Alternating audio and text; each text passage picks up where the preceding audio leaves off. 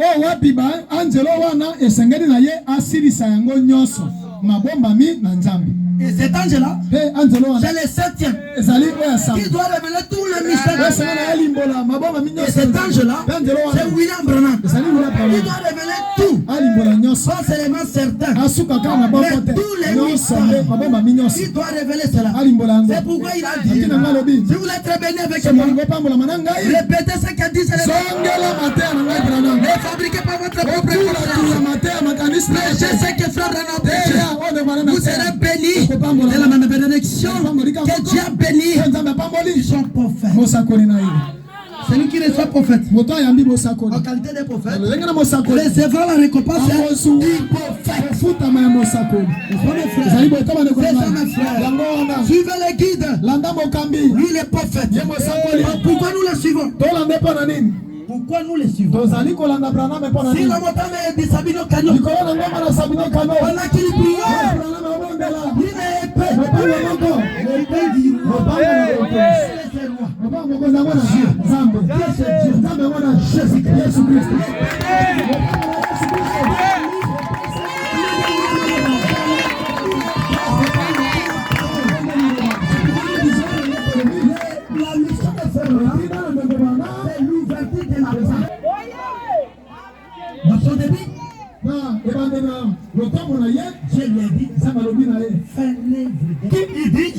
L'état présent de l'homme.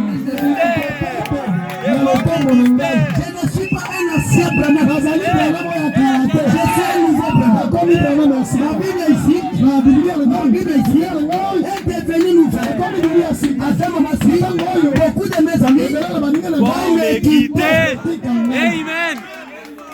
À cause du ministère prophétique, le ministère prophétique, c'est révélé ce qui est écrit et ce qui n'est pas écrit. Vous êtes là? Il y a eu Daniel. Lorsque le roi a fait rêve, il a appelé ses mages. C'est Médès.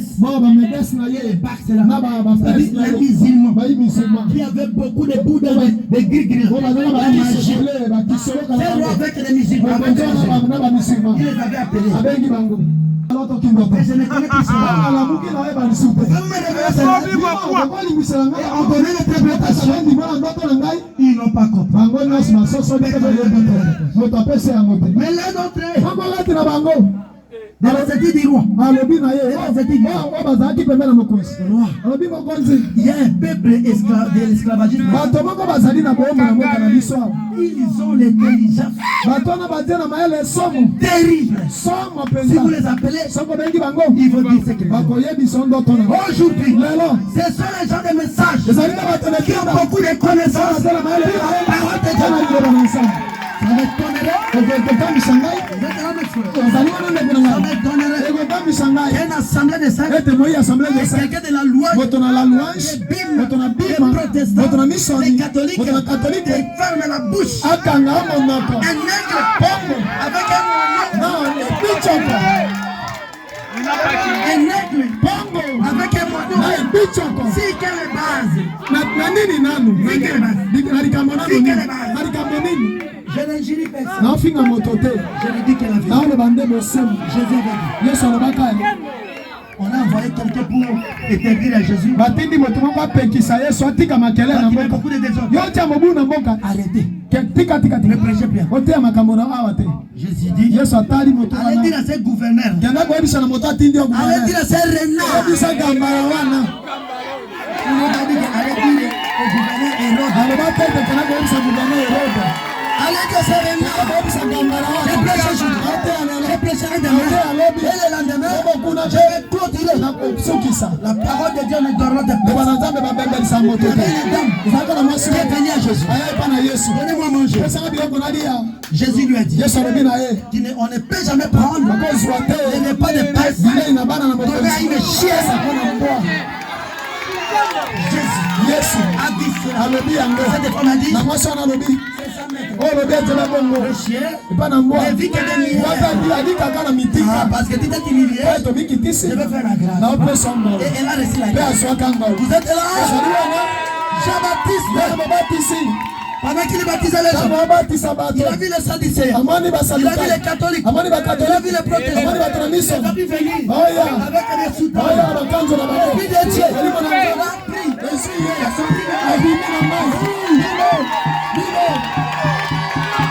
Les serpents, les scorpions, fils de la perdition, qui nous a poussé, détruire la colère qui rit. Dieu n'épargne personne. Dieu n'épargne que cette femme. Dieu va faire en sorte que ta porte soit fermée.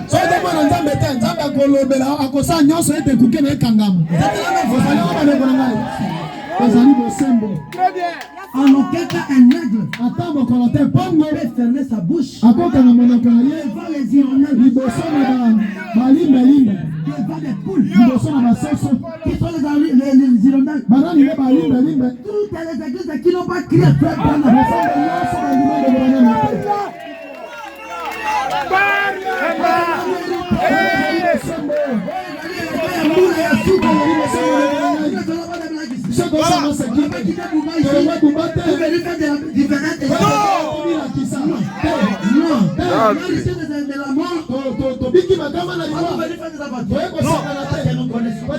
La quintessence de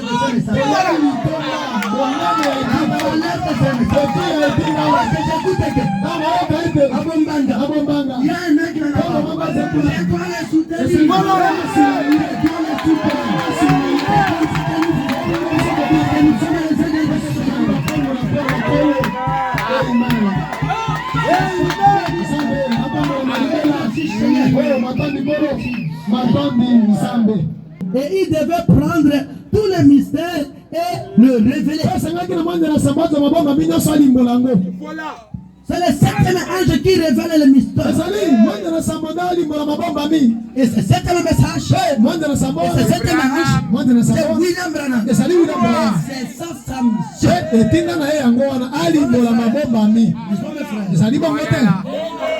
C'est qui va la sauver dans l'église du message. Enseigne-moi le septième soir.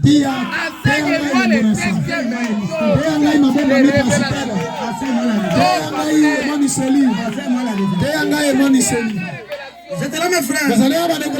Comment nous sommes ici? Qui parmi vous ignore que Dieu est mauvais?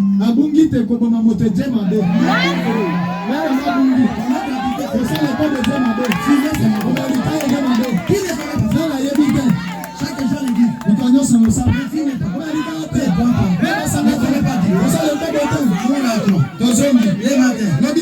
fume pas. La monotonie engendre la faiblesse. La monotonie engendre la faiblesse. Écoutez-moi votre bien-aimé. Je suis maternel. Nazali na classe na maternelle. Maman a pris A.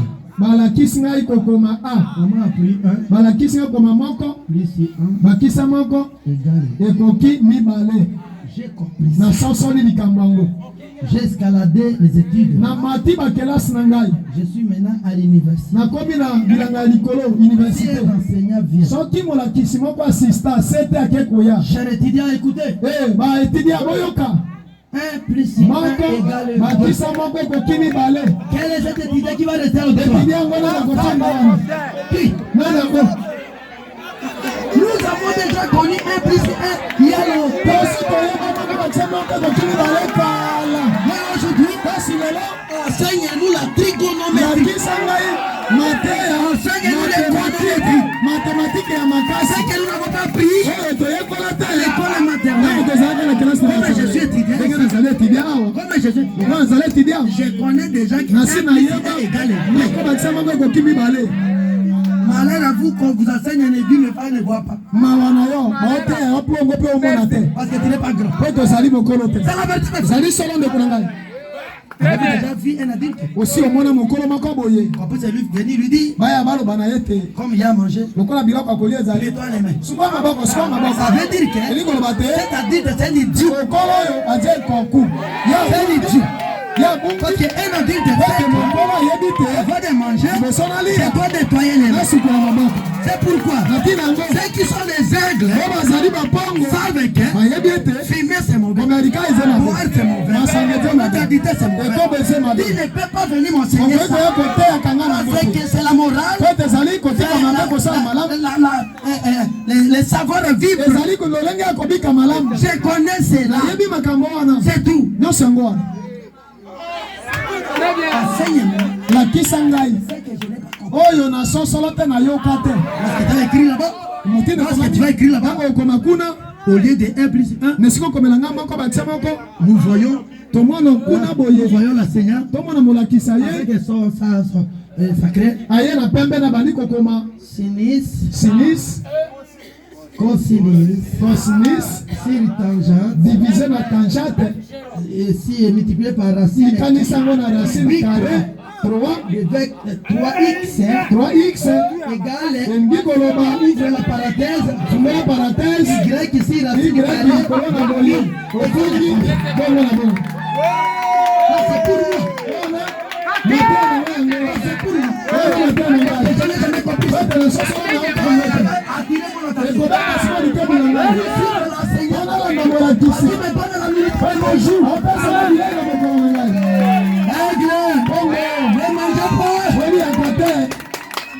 ce qui est pourri.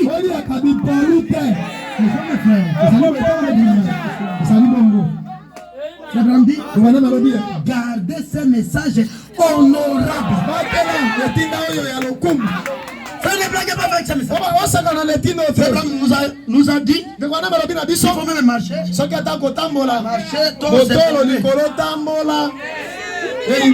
Comment fait-il comme ça?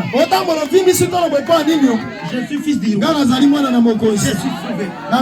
Je sais que j'ai un message de l'air. Vous n'avez pas ce message. Vous êtes là? Vous trouvez que je vous dire quelque chose? C'est lui que Dieu aime aujourd'hui. C'est celui qui a vu les messages. C'est lui qui a écrit les messages. Dieu ne t'a pas aimé. Il y a eu un caïn qui allait à l'église. Il priait beaucoup. Il peut même tomber en esprit. Il peut prier pour les malades. Les malades sont guéris. Il fait des miracles. Tout cela. Dieu ne l'a pas aimé. Mais il y a un autre qui est aussi religieux. Il s'appelait Abel. Lui, il n'a pas fait par ses propres efforts. Dieu est venu lui révéler. Écoutez mon fils, moi, ça travaille le sang. Ça n'est pas travailler le fruit. Ce n'est pas par la forme de l'église. C'est par le sang. Comment est-ce que je vais faire? Prends la pierre. Égorge ça. Je vais exaucer ta prière. Dieu informe ses propres enfants. Il a informé ses propres enfants. À travers les prophètes. C'est que Dieu a passé. Ce prophète a parlé. Moi je crois ça. Dites gloire à Dieu. Dites gloire à Dieu. Dites gloire à Dieu. Dites gloire à Dieu. Dites gloire à Dieu. Dites gloire à Dieu. C'est le message de l'air. Oui. La mission des frères là, c'est de révéler les mots. Vous êtes là le peuple de Dieu. Gérez-moi. Je lis à l'âge de l'église de la Odyssée. On commença par 326 jusqu'à 328. La mission des frères Branham attaque nos puissions chez pour que nous puissions lire ça ensemble. Le messager de Malachie 4 et d'Apocalypse 10 va faire des choses. Premièrement, selon Malachie 4, il amènera les cœurs des enfants vers leur père. C'est ça la première mission de Frère. Deuxièmement, il révélera le mystère de cette tonnerre d'Apocalypse 10. Qui sont les révélations contenues dans les 7 sceaux. Ce sera la révélation divine de ces vérités mystères qui ramèneront littéralement les cœurs des enfants vers les pères du jour de la Pentecôte. Il sera exactement ainsi. C'est ça le message de Dieu. Ramener les cœurs des enfants. Tel que les apôtres prêchaient, c'est ce que nous allons prêcher. C'est pourquoi lorsque Frère Branham est allé au 6e anniversaire, il a rencontré ses préceptes qu'il embrasse. Très précieux. Et ils ont dit, nous sommes heureux d'être ici. Si tu n'étais pas venu, nous ne serions jamais ici. Qui est dit à Bombanga pour riposter contre les prophètes de Dieu? Même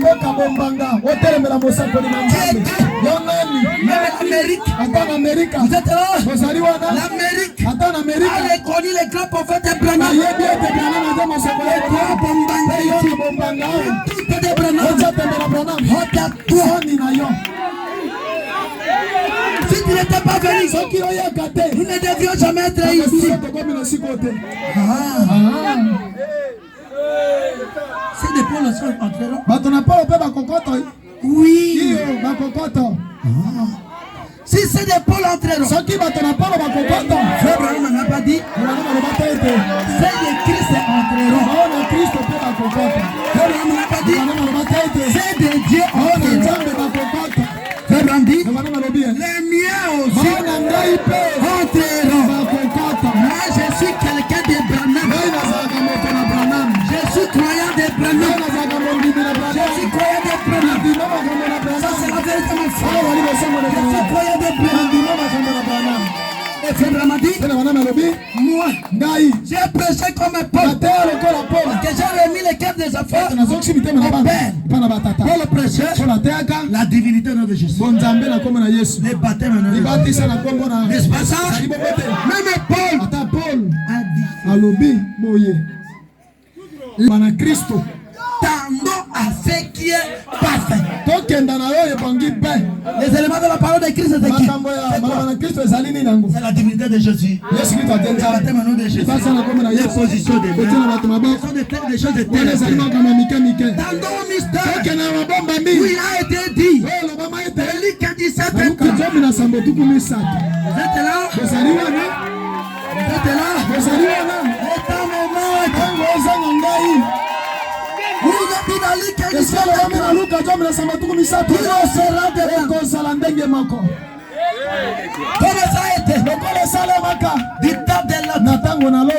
Qu'est-ce qui a été là-bas?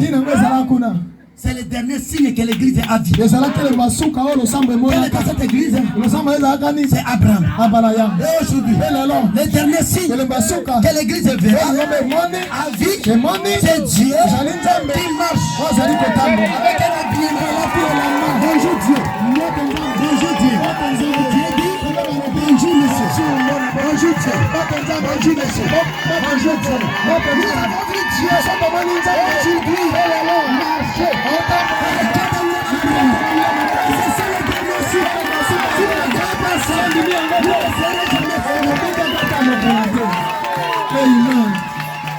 Vous trompez les gens? J'aime Jésus. J'aime Jésus. Parce que Jésus était venu, il se référait à Moïse. Il s'aimait Moïse. Non, considère le passé. Considère le futur. Le présent. L'homme est aveugle. L'homme ne sait pas. Aujourd'hui, c'est le temps de William. Un nouveau Jésus.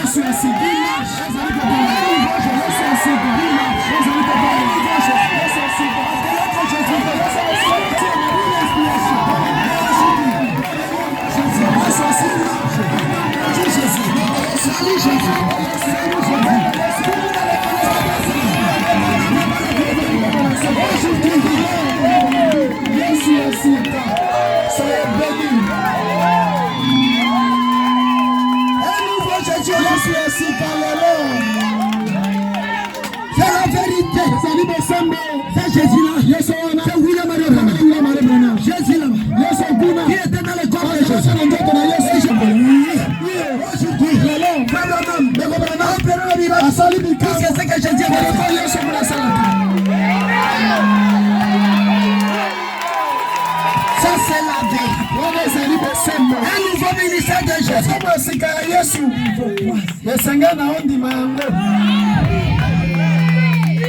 Mais vous y trompez. Vous devez croire à cela. Si vous ne croyez pas à cela, vous êtes perdus. Après ici, venez me voir, être baptisé.